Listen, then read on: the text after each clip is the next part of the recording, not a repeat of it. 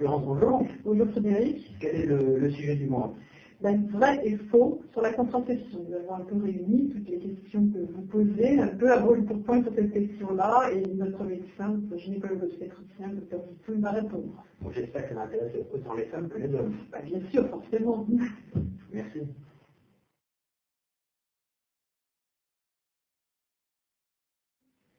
Bonjour Dr Pierre Vitoul, vous êtes gynécologue obstétricien, attaché à mi-temps à l'hôpital des Diaconettes au 2e arrondissement à Paris. Alors notre jeu ce matin, c'est un vrai faux sur la contraception. C'est un peu du ping-pong. Alors on va commencer. Les méthodes naturelles sont basées sur les cycles féminins, sur les périodes normales du cycle féminin. C'est vrai. Toutes. Et on s'accorde à attacher quelques autres petits points, comme la surveillance de la glaire en particulier, dans la méthode Biding, mais c'est toujours lié à la physiologie. À la physiologie féminine. La méthode Ogino, ça marche ou ça marche pas? Ça marche un peu, mais quand ça rate, c'est parce qu'il était prévu. Donc c'est pas une bonne méthode à conseiller. Donc c'est faux. Le coitus interruptus, ça va mieux en le disant en latin, c'est-à-dire l'envol frais. C'est bon ou c'est mauvais? Ça marche aussi quand c'est bien fait, mais c'est très difficile d'être sûr que c'est bien fait. Donc souvent ça rate. C'est pas une bonne méthode. Alors à mon BBTV, nous avons reçu une question qui nous a un peu surprise, mais donc nous la posons. Il est possible d'utiliser la pilule du lendemain avant un rapport sexuel, comme on le ferait avec une pilule contraceptive? C'est vrai que ça marcherait, mais c'est pas prévu pour. En principe, c'est fait pour réparer une petite catastrophe. En général, quand une relation sexuelle est prévue, mieux vaut utiliser une contraception préventive, donc en général le préservatif. Le préservatif, c'est préférable. Bon. La pilule du lendemain est efficace à 100%? Pas tout à fait. À combien? C'est très difficile à évaluer, mais au moins 95%. Alors, la question qui fâche beaucoup de jeunes filles, la pilule fait grossir?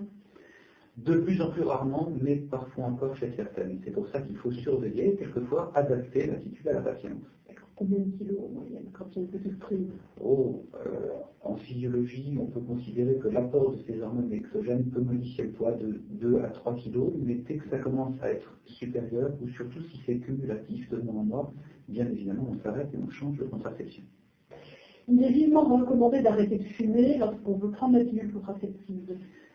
C'est tout à fait vrai, mais c'est difficile à obtenir. La mesure de tension est indispensable avant la prescription de pilule contraceptive. Absolument, c'est systématiquement réalisé et la pilule, même les très faiblement dosées actuelles, peuvent encore avoir des effets vasculaires. C'est un point toujours à surveiller de façon régulière. On peut être enceinte juste après l'arrêt de la pilule. Tout à fait. Il était autrefois conseillé d'attendre 2-3 mois pour laisser l'organisme récupérer. Ça n'est passé sur aucune étude. Et quand on observe quelques échecs de pilules, on s'aperçoit qu'avoir oublié sa pilule et tomber enceinte aussitôt après aboutit à des grossesses qui tiennent très très bien. Donc finalement, on peut tomber enceinte juste après avoir arrêté sa pilule. Les pilules progestatives ou micropilules sont moins efficaces que les autres, que les normodosées ou mini-dosées. C'est vrai. Et elles exposent en plus, un petit peu plus à une maladie qu'on appelle les grossesses extra-utérines. Toutefois, c'est-à-dire, la grossesse extra-utérine, c'est quand une grossesse se loge essentiellement dans une trompe. Cette grossesse, bien sûr, ne peut pas évoluer et finit par abîmer la trompe, ce qui sous-entend le plus souvent une intervention chirurgicale. Une petite parenthèse, une nouvelle méthode exactement basée sur le même principe que la micropilule, c'est-à-dire l'implant, a une efficacité nettement meilleure parce que les échecs de micropilules sont quelquefois liés à l'irrégularité dans la prise. Et la prise qui provoque d'ailleurs des effets secondaires. L'implant, produisant un effet hormonal identique mais continu, obtient une sécurité absolue. On peut l'avoir facilement aujourd'hui, on peut le faire très facilement aujourd'hui dans un cabinet de gynéco. Oui, c'est sorti depuis mai de cette année. Et les gynécologues qui se sont formés à la pose de cet implant le posent sans difficulté en cabinet, c'est très rapide et totalement indolore. Certains médicaments diminuent l'efficacité contraceptive de la pilule. C'est vrai également, donc en principe quand on a des médicaments à prendre, il faut toujours préciser qu'on prend une contraception orale et demander si ces médicaments peuvent ou pas en diminuer l'efficacité. Oui, mais alors si le médecin l'oublie ça. Qu'est-ce qu'on dit là, nos téléspectatrices et téléspectateurs? Lesquelles catégories, quelles familles, quelles choses avoir l'œil? Ce sont d'une part les médicaments qui peuvent avoir un impact sur l'absorption des médicaments, donc les médicaments antidigestifs, mais ce sont surtout les antiépileptiques qui sont reconnus comme diminuant l'efficacité des pilules. D'accord. Le préservatif est efficace à 100%? S'il est correctement utilisé, oui. Mais il peut arriver qu'il soit un peu fragile, il peut arriver qu'il y ait quelques fuites. Donc finalement, il faut faire aussi attention avec son utilisation. L'usage de certaines lubrifiants, certaines préparations vaginales peuvent affaiblir la résistance des préservatifs qui sont donc en latex.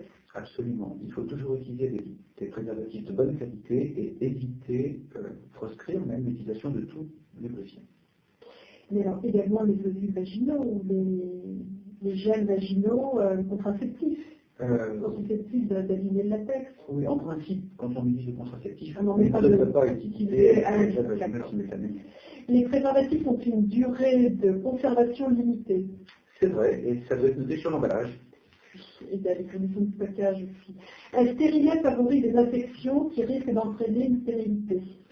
C'est vrai aussi, c'est un corps étranger avec une petite vue sur l'extérieur puisque un fil sort par le col et il peut y avoir une remontée de germes. En principe, quand on porte un stérilet, il faut veiller à soigner toute infection génitale dès qu'elle s'annonce. En France, l'usage du stérilet est réservé aux femmes qui ont déjà eu des enfants. Ce n'est pas tout à fait vrai. Il est traditionnel d'éviter de poser un stérilet chez une femme qui n'a pas d'enfant parce que d'une part, son utérus est plus petit, donc bien souvent le stérilet est moins bien toléré, il est également moins efficace, il peut s'expulser plus facilement. Mais quand on ne peut pas faire autrement, il arrive qu'on puisse poser un stérilet de petite taille chez certaines femmes qui ne sont jamais tombées enceintes auparavant. Mis à part le préservatif dont on vient de parler, est-ce que monsieur va avoir sa contraception pour le cas où il ne ferait pas confiance à son tour à madame? Ça serait bien que ça puisse finir par exister parce que les hommes se sentent un petit peu menacés maintenant. Menacés par les études d'ADN, voilà, autrefois, la grossesse embêtait surtout la femme parce que c'était elle qui la portait. Mais maintenant, comme on peut parfaitement définir qui est le père, eh bien, quand un homme génère une grossesse non désirée, on sait le rattraper. Donc je crois que les responsabilités sont en train de s'équilibrer. Et pour revenir à la question, il n'y a malheureusement pas encore de contraception masculine diffusée de façon régulière. Il est possible de tomber enceinte, quelle expression, en ayant une relation sexuelle pendant ses règles. Alors, il ne faudrait pas appeler ça des règles. Si ce sont vraiment les règles, en principe, on est loin de l'ovulation et donc on ne peut pas tomber enceinte. Par contre, certaines femmes peuvent avoir un cycle irrégulier et saigner de façon inappropriée au milieu d'un cycle. Elles pensent que ce sont leurs règles, elles pensent ne pas être en danger et malheureusement, il s'agit d'un saignement provenant justement au moment de l'ovulation. On ne peut pas tomber enceinte quand on allaite. C'est faux. Une femme qui allaite, effectivement, en principe, n'a pas de règles et son ovulation est également bloquée. Toutefois, on a bien vu des personnes se laisser surprendre et l'allaitement n'est pas une méthode de contraception.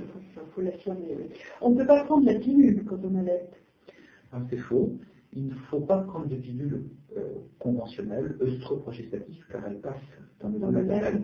Par contre, il est d'usage de donner une contraception microprogestative qui est si faiblement dosée qu'elle est pratiquement sans influence sur le bébé. On peut tomber enceinte à nouveau avant même d'avoir eu son retour de couche. C'est vrai, ça arrive, et là on dit qu'on enchaîne les grossesses les unes derrière les autres sans respirer, mais ça ne pose pas trop de problèmes si ce n'est la fatigue pour la maman. La docteure Pierre Vitou, vous avez été formidable dans ce téléphone, nous avons tenu le pari, merci beaucoup à vous.